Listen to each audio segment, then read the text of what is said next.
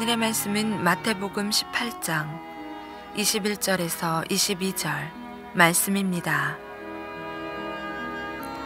그때에 베드로가 나와 이르되 주여, 형제가 내게 죄를 범하면 몇 번이나 용서하여 주리이까? 7번까지 하오리이까? 예수께서 이르시되 내게 이르노니 7번뿐 아니라 7번을 70번까지라도 할지니라. 아멘. 여러분 안녕하세요. 남성중창단 오늘이 첫 무대죠? 너무 멋지셨습니다. 오늘 4부 예배 때도 하시는 것 같은데 더 잘하시기 바랍니다. 너무 잘해 주셨는데 한번 하셨으니까, 그죠? 이 남성중창단은 정말 여성중창단도 참 좋지만 특별한 아주 은혜가 있는 것 같습니다. 고맙습니다. 앞으로도 더 열심히 찬양 사역하시면 좋겠습니다. 제가 그 민트 예배 설교하면서 몇 달 전부터 예수 심리학이라는 제목으로 한번 이렇게 시리즈로 설교하겠다. 오늘 이제 3번째 설교입니다. 오늘 용서에 대한 얘기를 좀 하려고 하는데요. 여러분, 제가 이런 질문을 한다면 여러분 누군가로부터 용서받은 경험이 있으십니까? 이렇게 여쭤본다 그러면 여러분 뭐라고 대답하시겠습니까? 누군가에게 용서받은 적 있느냐? 예예요, 아니에요? 예예요? 다 예하셔야죠. 왜냐하면 기독교인들은 제가 사람이라고 안 했으니까, 그죠? 누군가에게 그 예수님, 우리 하나님으로부터 나는 용서받은 적 있다, 이렇게 얘기하실 수 있을 것 같아요.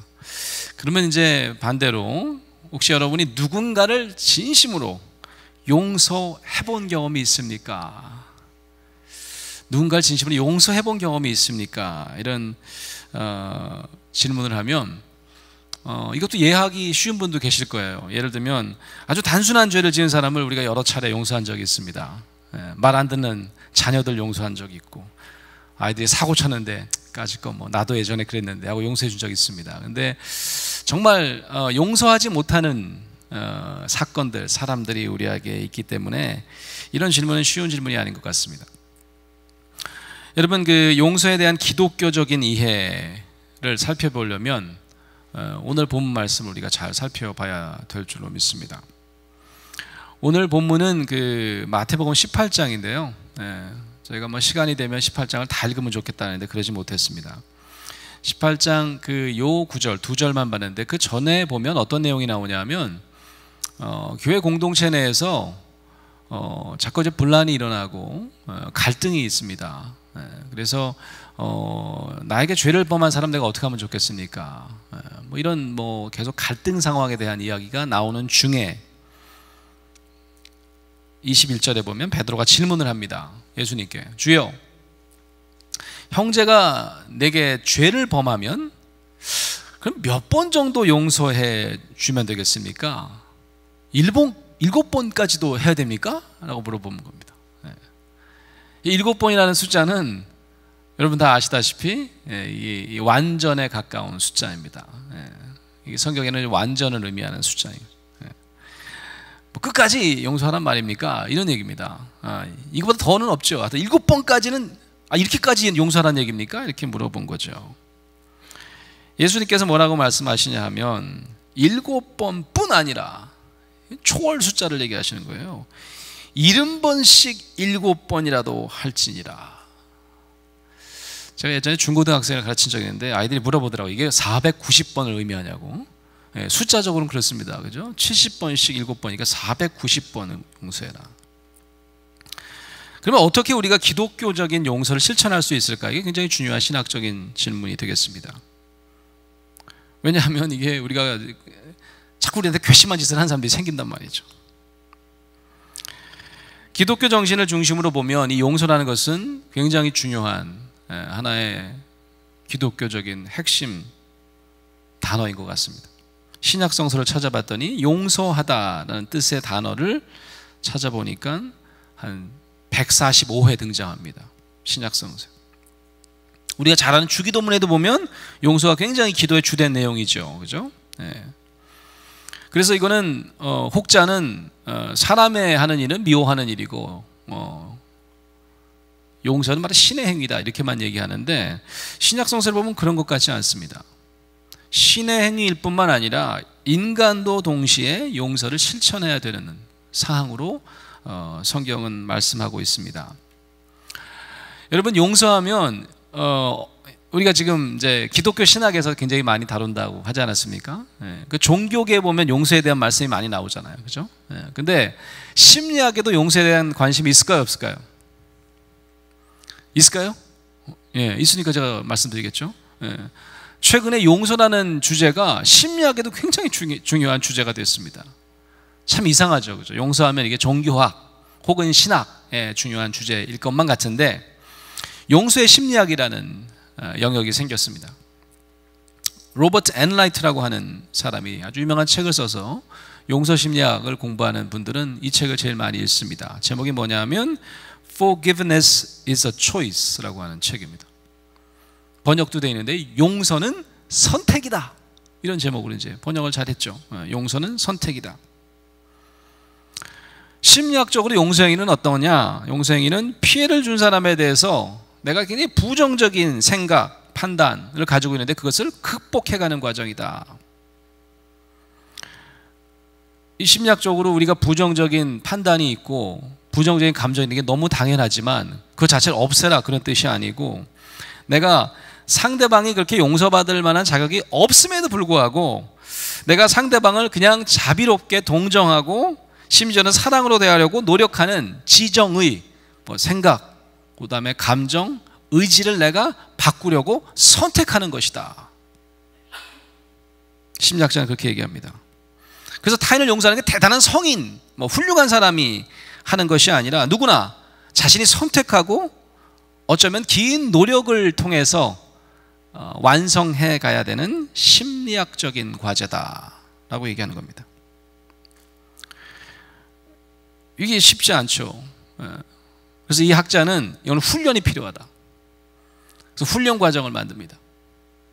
용서하기 힘든 사람들은 본인이 용서하기로 선택하고 용서하려면 어쩌면 전문가의 도움을 필요로 할 수도 있다. 4단계를 얘기해요.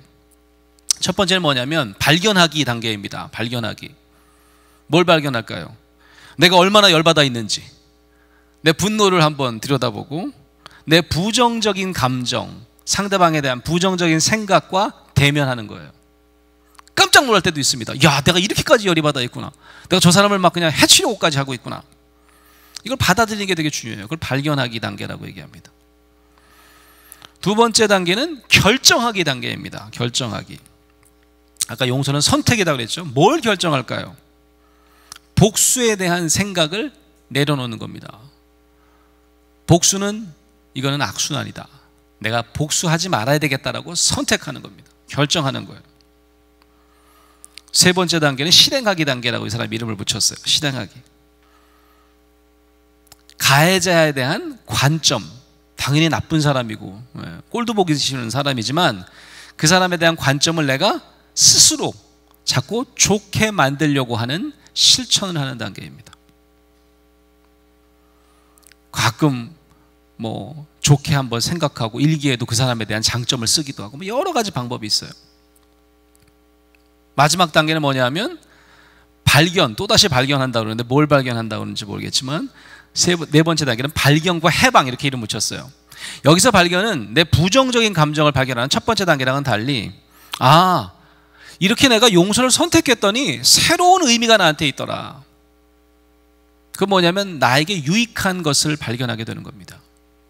내가 잘한 것 같기도 하고 내가 성장한 것 같기도 하고 내가 이 과정을 통해서 오히려 다른 사람에 대한 폭넓은 시각을 갖게 되기도 하고 그리고 이 해방, 마지막 단계의 해방이라는 것은 어떤 의미냐면 내가 그동안 상처 때문에 내가 용서하지 못해서 내가 더 고통받았는데 내가 자유로워지는 경험을 하게 된다는 것입니다. 지난 주에 우리 김학중 담임 목사님 설교 중에 이제 밀양이라고 하는 영화 얘기를 잠깐 하셨는데요. 용서 얘기를 하자면 또 이 밀양 얘기를 안 할 수가 없어요. 그래서 이 밀양이라는 영화에 보면 이 여자 주인공이 이제 남편을 잃고 어린 아들 하나를 데리고 어떻게 살까 그러다가 이제 남편 고향으로 가서 굉장히 있는 척하면서 본인의 어떤 부끄러운 모습을 감추면서 살다가 어떤 뭐 동네 사람에게 그 아이를 유괴해가지고 그 아이를 죽임을 당하는 거죠. 아이를 잃습니다. 남편도 잃고 순식간에 남편 고향에 살려고 왔다가 아이까지 잃은 거죠. 근데 이분이 이렇게 다니다가 이제 신유 집회 같은 데 참여해가지고 기독교인이 됩니다. 기독교인이 아니었다가.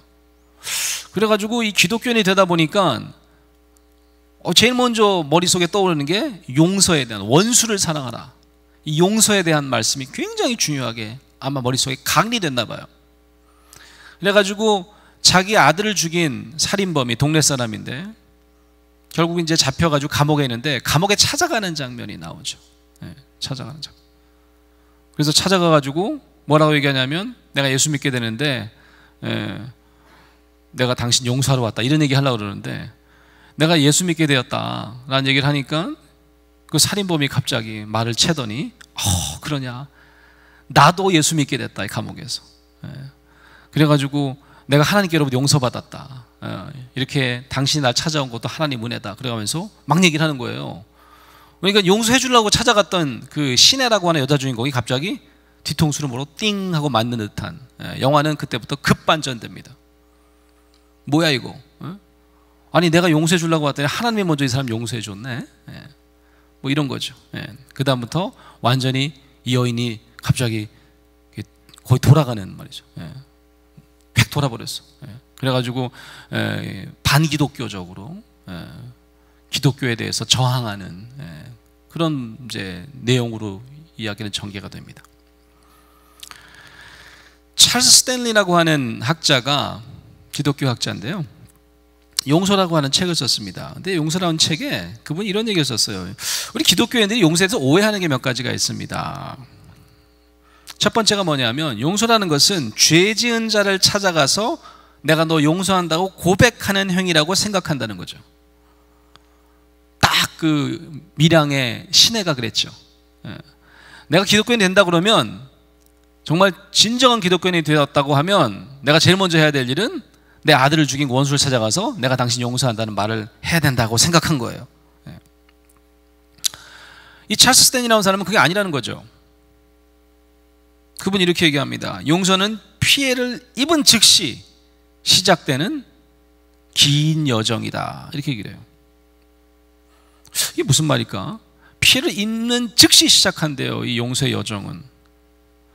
어쩌면 원한을 가지고 상대를 미워하는 것부터 시작하는 게 용서의 첫 걸음일 수 있다, 그런 거죠. 기독교는 무조건 미워하면 안 되나요? 그렇지 않다, 그런 얘기죠.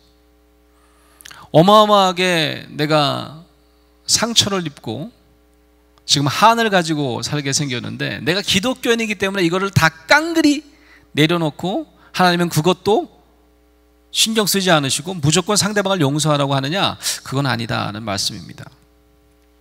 철학자들은 더 재미있는 얘기를 합니다. 철학자 그 제프리 머피라는 사람이 있어요. 이분은 책에 이런 얘기를 씁니다. 용서에 대한 얘기를 하는데요, 피해자가 가지고 있는 원한, 상대방을 미워하는 마음 있지 않습니까? 정당하대요. 도덕적으로 정당하대요. 이게 무슨 말일까요?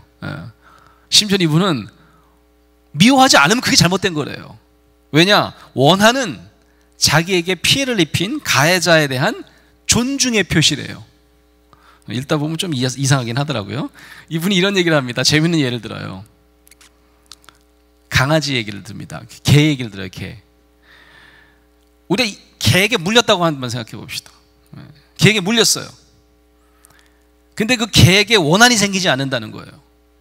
개를 내가 복수해야 되겠다, 쟤를 내가 아프게 해야 되겠다. 물론 뭐 이제 법적으로 이제 그런 개 되면 뭐 개를 처벌하는 경우도 있더라고요. 아니면 개 주인을 처벌하고, 그죠? 이 철학자는 이렇게 얘기하는 거죠. 이 개는 책임적인 도덕적 행위를 할 수 있는 존재로 우리가 생각하지 않는다는 거예요. 간주하지 않는다는 거예요. 인격적인 판단을 해야 되는 도덕적 존재로 우리가 존중하지 않기 때문에 걔에게는 원한이 생기지 않는다, 그런 얘기죠. 그런데 우리가 피해를 당하고도 상대를 미워하고 원한을 품는 게 당연한데 그걸 만약 품지 않는다면 이거는 상대를 개처럼 여기는 거다. 그런 어떤 억지처럼 보이지만 논리적인 설명을 하고 있어요. 이 철학자의 관점에서도 보면 신의 용서라는 것은 너무 값싼 용서였다는 거죠. 자신의 존엄성까지 희생시킨 용서였다, 성급한 용서였다는 거죠. 도덕적 정당성을 상실한, 어쩌면 본인에게도 해로운 용서였다는 겁니다. 용서의 도덕적인 근거는 내가 상대방에 존중받을 만한 사람이라는 것을 내가 인식하는 겁니다. 자기 존중입니다. 그리고 도덕적 판단을 가지고 있는 책임 있는 존재로 상대방도 존중할 수 있는 것, 그리고 이런 어떤 도덕적인 질서, 원칙에 대한 존중이 있어야 가능한 것이 바로 자연스러운 용서 행위라고 볼 수 있겠습니다. 제가 캘리포니아에서 박사과정을 할 때 배운 적도 있고 교제하게 되었던 목회상담학자가 있습니다. 지금 풀러 신학교에서 가르치는 교수님인데요, 데이비드 옥스버거라고 하는 사람입니다. 이분이 책을 썼는데, 용서에 대한 책을 썼는데 Helping People Forgive라고 하는, 용서할 수 있도록 상대방을 어떻게 우리가 도와줄 수 있을까, 사람을 도와줄 수 있을까. 이 사람은 상담가니까 말이죠. 이번 책을 보면 저는 참 은혜를 많이 받았어요. 용서의 과정이라는 것은 정말 긴 여정인데, 용서의 여정에 은유를 하나 붙인다고 하면 그 은유는 예수님께서 겟세마네 동산으로 올라가는 그 여정과 비유할 수 있다. 그는 그렇게 결론을 맺습니다. 예수님의 행적 중에서도 이 겟세마네 십자가를 지고 가시는 이 행적 가운데 용서가 심리학적으로 숨어 있다. 그는 그렇게 말씀하고 있는 겁니다.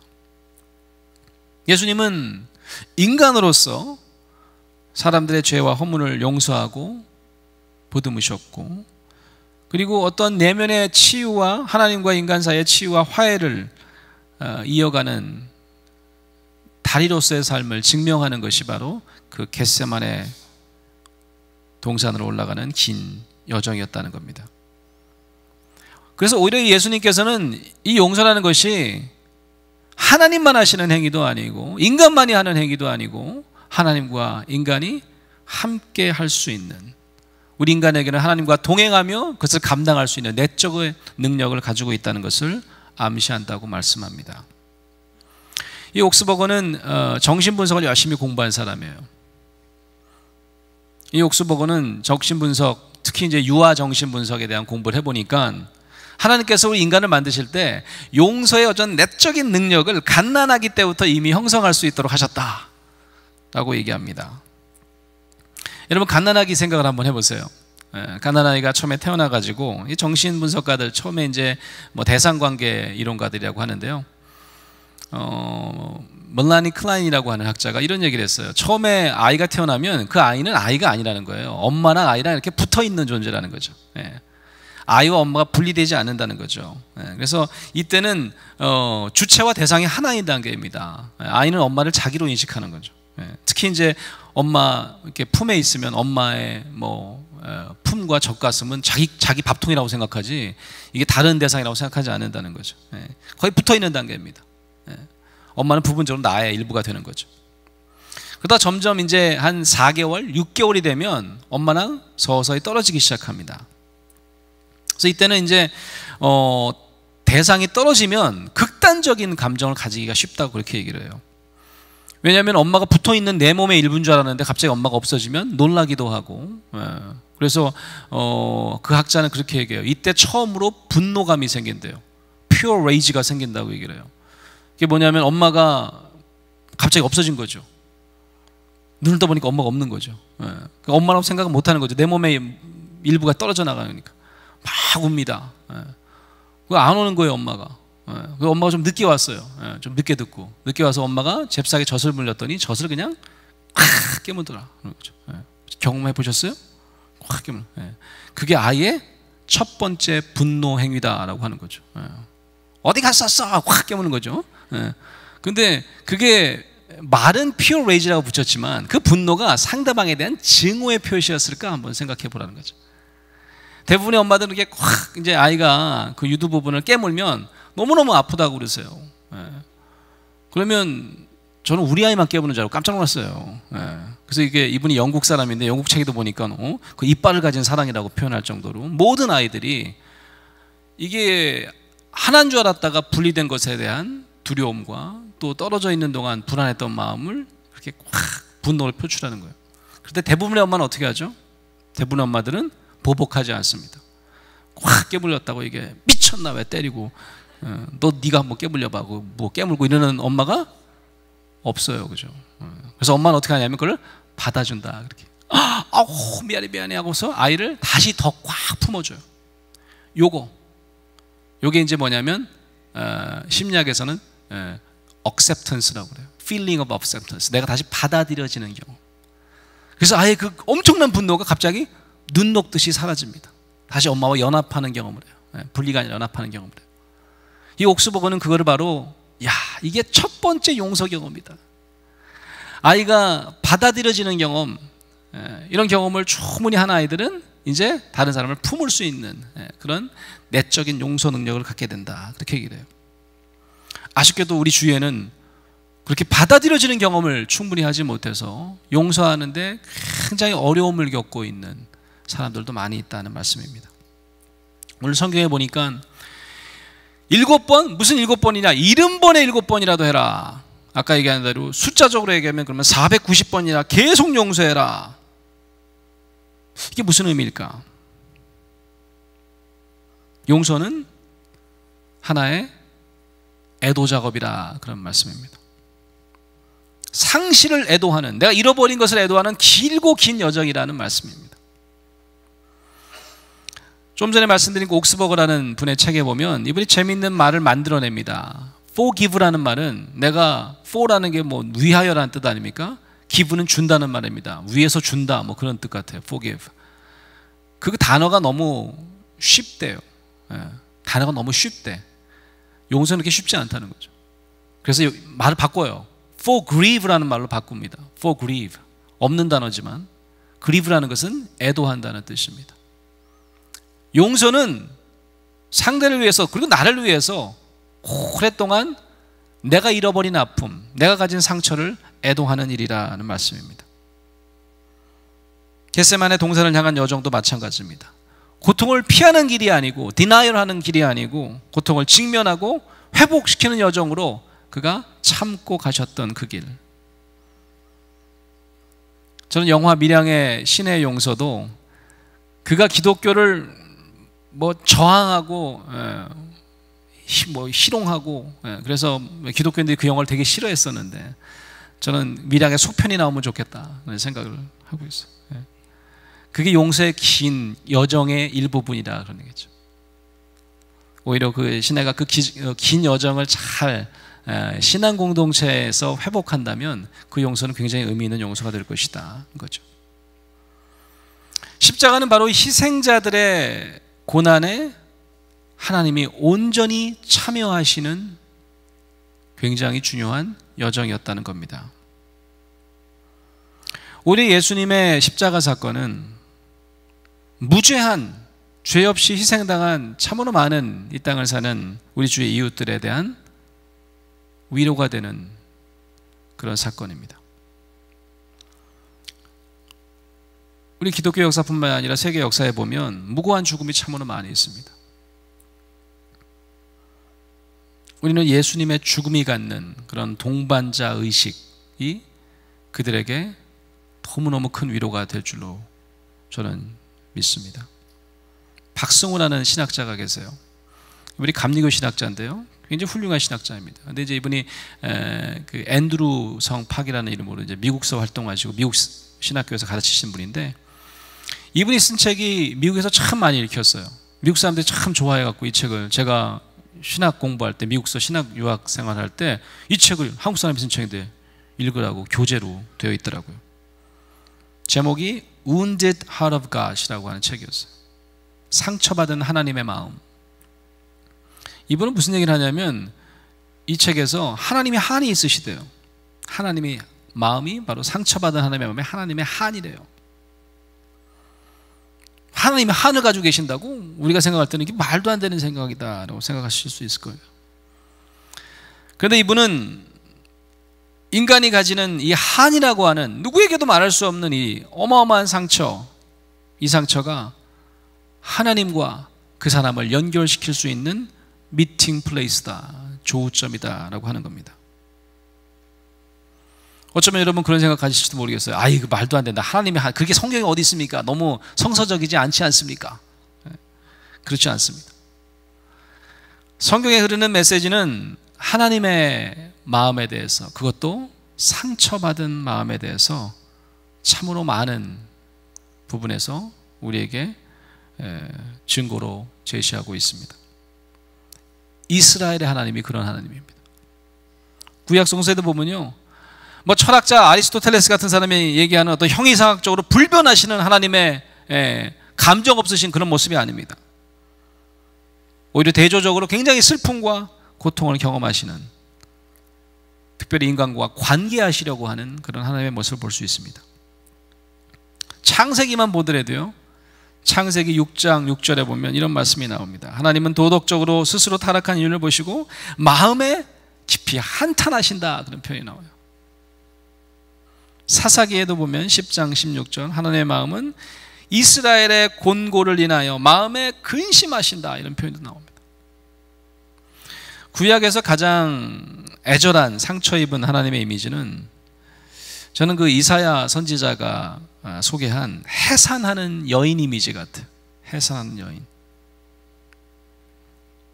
이사야 42장 14절에 보면, 내가 오랫동안 고요히 하며 잠잠하여 참았으나 이제는 내가 해산하는 여인같이 부르짖으리니 숨이 차서 심히 헐떡거릴 것이라, 이런 말씀이에요. 호세아서에도 보면 여기 이제 남편 이미지로 나오는데요, 자기를 버린 어떤 부정한 음탕한 아내의 그 음란함에 괴로워하면서 슬퍼하는 남편의 이미지로 하나님 자신이 그려지고 있어요. 하나님께서는 절대로 너 혼자 용서해라, 네 과제다, 기독교에서 너의 책무다, 이렇게 내버려 두시는 분이 아니시란 말씀입니다. 기독교적인 용서는 무엇일까요? 저는 무조건 해라, 그거 아니라고 생각합니다. 당장 해라, 그것도 아니라고 생각해요. 반드시 해라, 그거 아니면 너 기독교인 아니다, 그것도 아니라고 생각해요. 오늘 읽은 본문의 이야기, 아까 말씀드린 대로 바로 이전에 말씀해 보면 분쟁하는 교회 공동체 얘기가 먼저 등장합니다. 여기도 보면 두세 사람이, 그 바로 전절에 보면 무슨 이야기 나오냐면, 두세 사람이 모이고서 내가 너희와 함께 하겠다, 그런 말씀이 나옵니다. 이게 개척교회 목사님들이 제일 좋아하는 말씀이라고 그러시잖아요. 두세 사람이 모인 곳에 내가 너희와 함께 하겠다. 근데 사실 그게 그런 의미가 아니에요. 읽어보면 싸움하는 얘기예요. 교회 갈등에 대한 얘기입니다. 그 셋만 있어도 싸운다, 그런 얘기예요. 그러니까 이 싸우다가 제일 앞에 보면 무슨 말이 나오냐면, 형제가 내게 죄를 범하면 어떡하냐. 그랬더니 예수님께서 잘 보시면 형제가 나에게 죄를 범한 거, 둘이 싸운 게 아닙니다. 저 사람이 나한테 잘못한 거예요. 내가 피해자입니다. 예수님께서 가서 권고하라, 그래서 네가 먼저 찾아가라, 이렇게. 그래도 말을 안 듣는다, 그러면 두세 사람을 데리고 가라, 그리고 권고해라. 그래서 말을 들으면 걔가 그 사람을 얻은 것이라, 그렇게 얘기를 해요. 그 사람을 잃는 것이 아니라 얻은 것이라. 근데 이 두 번째 단계도 안 돼요? 그럼 어떻게? 그때 교회 얘기하라, 공동체 얘기해라. 그래도 듣지 않으면 그때는 그냥 이방인이나 세리처럼 여기라, 그런 말씀이 바로 그 전 단락에서 소개되고 있습니다. 예수님께서는 신앙 공동체 얘기를 하시는 중에 이 말씀을 하신 겁니다. 신앙 공동체는 함께 용서하는 공동체요, 상처를 입은 피해자의 상처를 함께 보듬는 공동체다. 떨고 내려고 하는 공동체가 아니고 돕고자 하는 공동체다, 그런 말씀입니다. 용서의 삶을 경험하고 훈련하고 실천하는 구체적인 장이 바로 교회다, 그런 말씀을 하고 계시는 겁니다. 어쩌면 신앙 공동체 교회의 용서에 대한 과제는 분명히 중요한 일일 수 있습니다. 하지만 그게 단순히 그 용서 행동을 꼭 해야 된다, 지시하고 감독하는 장소가 아니라 오히려 피해를 입은, 상처를 입은, 한을 가진 그분에 대한 치유를 우선시하는 공동체여야 된다는 말씀입니다. 밀양의 이야기에 보면 그 시내가 나중에는 이제 너무 화가 나가지고 교인들이 너 왜 그래, 너 회개해, 왜 그래. 그러니까 집에 구역 예배도 못 오게 하고 말이죠. 구역 예배 보러 온 사람에게 그냥 소리 지르고 그런 장면도 등장하고, 그 공동체가 그 시내가 가지고 있는 상처, 그걸 품어낼 수 있는 공동체가 되지 못했던 거죠. 이상한 행동을 한다고 생각하고 그의 원한 자체가 기독교적으로 옳지 않다고 생각한 것이 오히려 시내로 하여금 공동체가 시내를 잃고 마는 그런 어떤 스토리의 전개가 진행되는 걸 볼 수가 있어요. 결국 공동체 안에서 경험되는 용서는 하나님의 한이라고 하는, 그와 함께 하고자 하는, 긴 겟세마네 동산으로 가는 여정을 함께 하고자 하는 그 하나님과 그를 만나게 하는, 십자가상에서 만나게 하는, 그래서 결국 새로운 존재로 부활시킬 수 있는 그런 길고 긴 여정이라는 말씀입니다. 사랑하는 성도 여러분, 여러분도 혹시 용서할 수 없는 원통함과 분함이 있으십니까? 예수님의 십자가를 기억하시고, 이게 나 홀로 가는 길이 아니고 겟세마네 언덕 위에 예수님처럼 그분과 여러분의 상실의 아픔을 함께 나누시는 그런 긴 여정인 것을 기억하시는 여러분 되시기를 주의 이름으로 축원합니다. 하나님께서는 여러분의 상처와 한을 알고 계신 분입니다. 상처는 아랑곳하지 않고 용서만 하라고 하시는 무정한 하나님의 모습이 아닌 것을 기억하시기 바랍니다. 오히려 오늘 성경에 70번에 7번이라도 용서하라고 하신 것은 무조건 용서해라는 말씀이 아니라 그만큼 먼 여정이고 그만큼 긴 여정이어도 주가 동행하시리니 함께 감당하면서 함께 가자는 초청의 말씀으로 들으시는 저와 여러분 되시기를 주의 이름으로 축원합니다. 가끔 제가 힐링 얘기하는데 참 힐링 말도 많이 하는 세상입니다. 그만큼 주위에 많은 상처를 가진 이들이 많다는 사실을 반증하는 겁니다.